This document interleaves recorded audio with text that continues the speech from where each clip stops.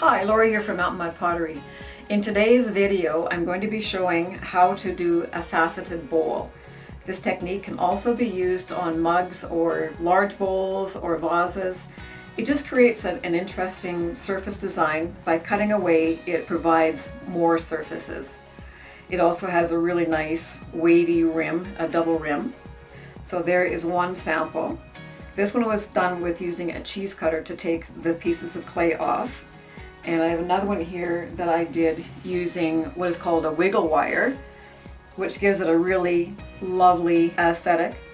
I also did that on the bottom, which also creates a really pretty different effect. I'm going to show the demonstration now on the wheel on how to achieve this look. So let's get started.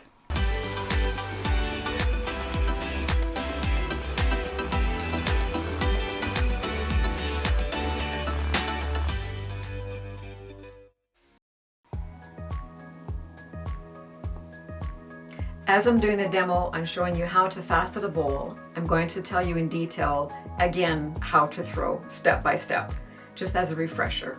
So first thing I'm going to do is wet my bat just a little bit to help the cone of clay stick on there. And then I'm going to smack it down as close to the middle as possible.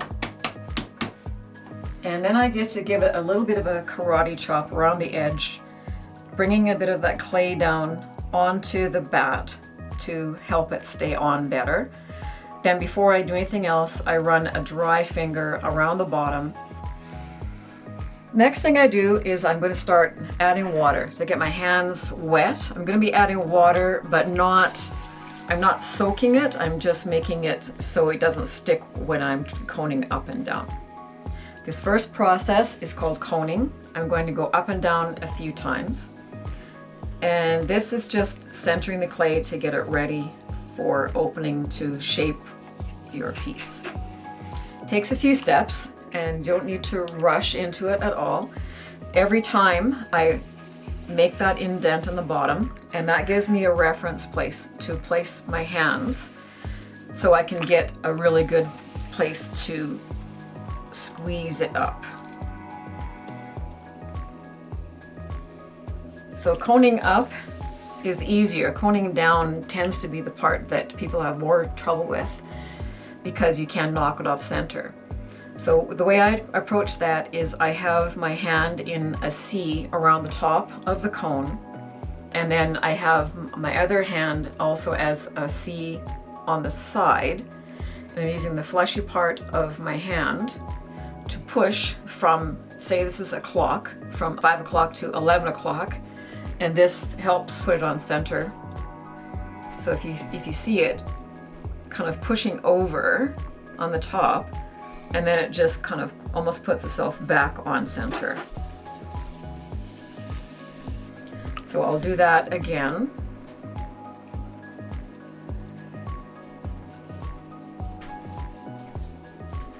And one thing I notice that people have trouble with is this last part of the coning.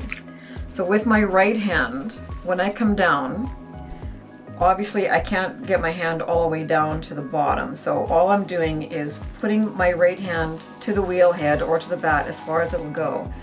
My left hand then takes over and pushes that last bit of clay down to the bat or the wheel head. Keep the surface clean, otherwise it can really mess you up. It'll start to splay out.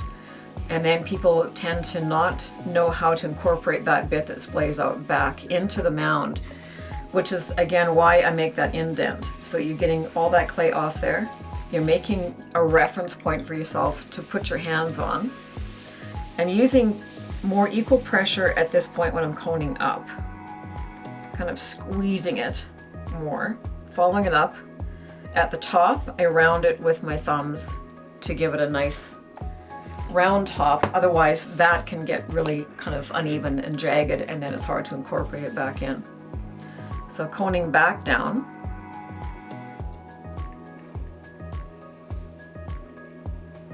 Following it all the way down. And it is centered now, so I'm just going to start bringing it down more so I can open it. And I don't rush this part, I just smooth and steady.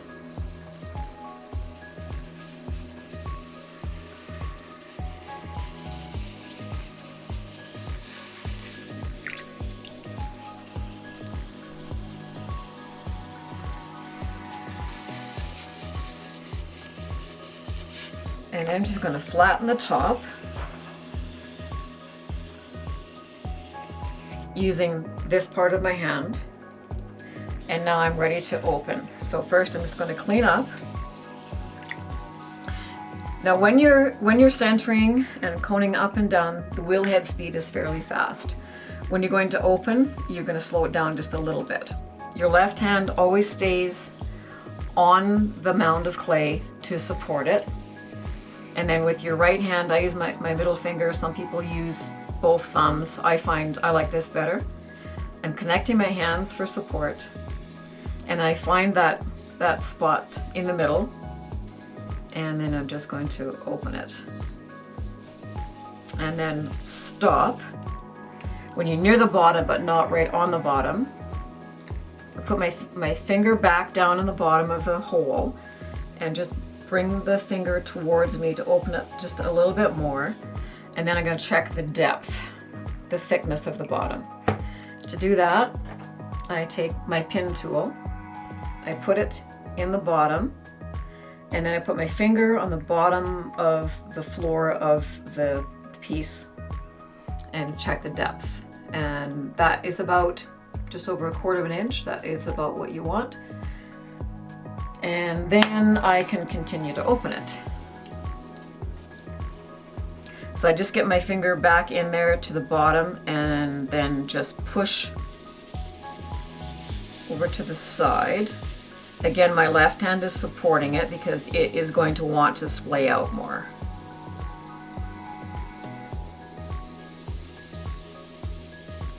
Then I collar it in. And the reason I do that is I want to keep the piece in that kind of a tighter shape to start with. I will open it up later. If I start to open it up now, I will lose the whole piece. It won't have anything to support it. Then I compress the bottom. Just again, I'm running my fingers across the bottom, back and forth. This helps eliminate any S-cracking and just provides a nice flat bottom for you as well. So just do that a few times.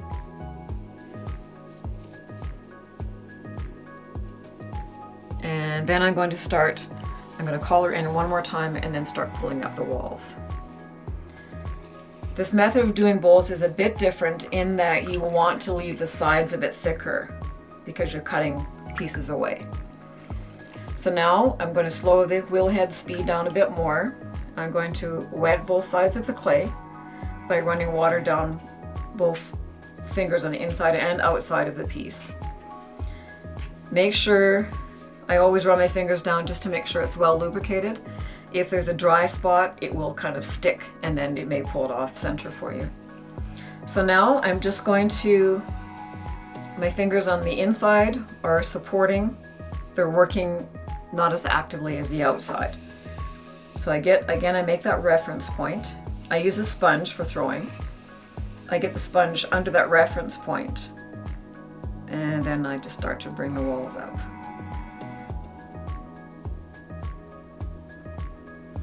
So in this method, I'm not going to do too many more pulls because I have the thickness of the wall about that thick right now. Normally you want them about 1/4 inch, a little bit more, but because I'm cutting clay away to make the facets, I will leave it a bit thicker. And you notice the rim also is left thicker. So what I'm going to use is a cheese cutter to cut away the pieces. You can use other things, as I was showing in the preview of the video. I was showing you a wiggle wire, which made that lovely little wavy design. And that's what the wiggle wire looks like. It's just a wire that is twisted, and you can just cut pieces away using that. Or for today's demo, I'm just going to use the cheese cutter. So you're doing it while it's on the wheel. and you're just holding it about halfway into the rim of the mug, and then just pull it straight down. It sticks, which is a bit difficult to get off, but just kind of flip it up from the bottom and tear that piece off. And then you're just going to keep going around the bowl. So again, another nice even slice. You can take it off from the top, but it seems to work better if you just grab that bottom bit and just pull it off. Put that in your pile for reclaim for later. I'm just going to go around the entire thing like that.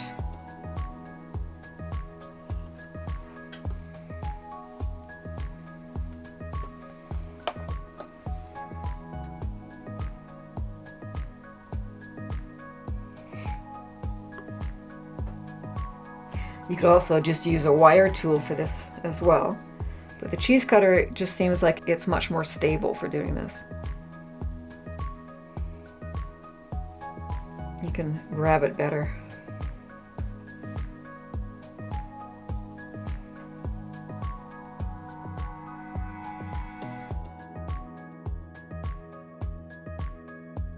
So now I'm going to open the bowl up more, and as I'm doing that, it will stretch out these lovely little lines that I've made.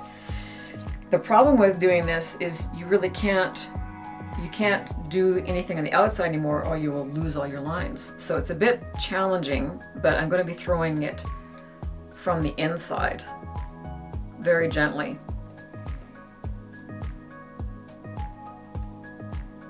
I'm just pushing out with my fingers on the inside. I'm doing it in increments because if I try to do it too much, it's just going to get away on me.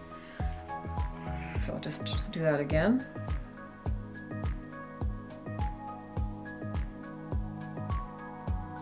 You can see it coming out a bit more now.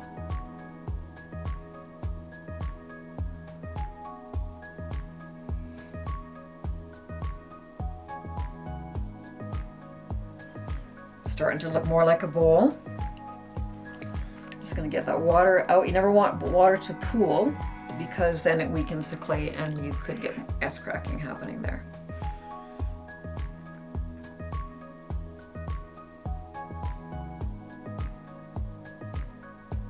And then I'm going to start pushing out the rim to actually form a bowl.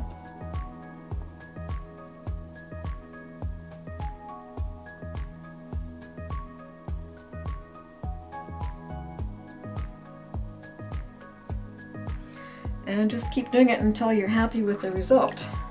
You could also use a rib to do that.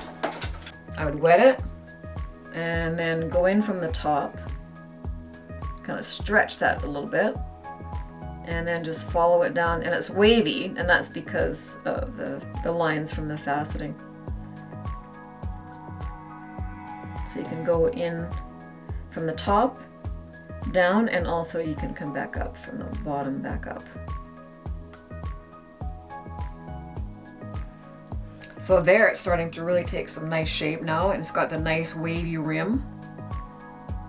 So I would say that's just about what I want, because I have found too, if you push too much, because you've cut some away, sometimes it'll break through. So I'm just going to clean up the rim a little bit, and then I'm just going to take my wooden tool and just get rid of that rough bottom there. So I'm just going in there. It's a bit challenging because of the bumpiness, but it's doable. And I'll do that one more time.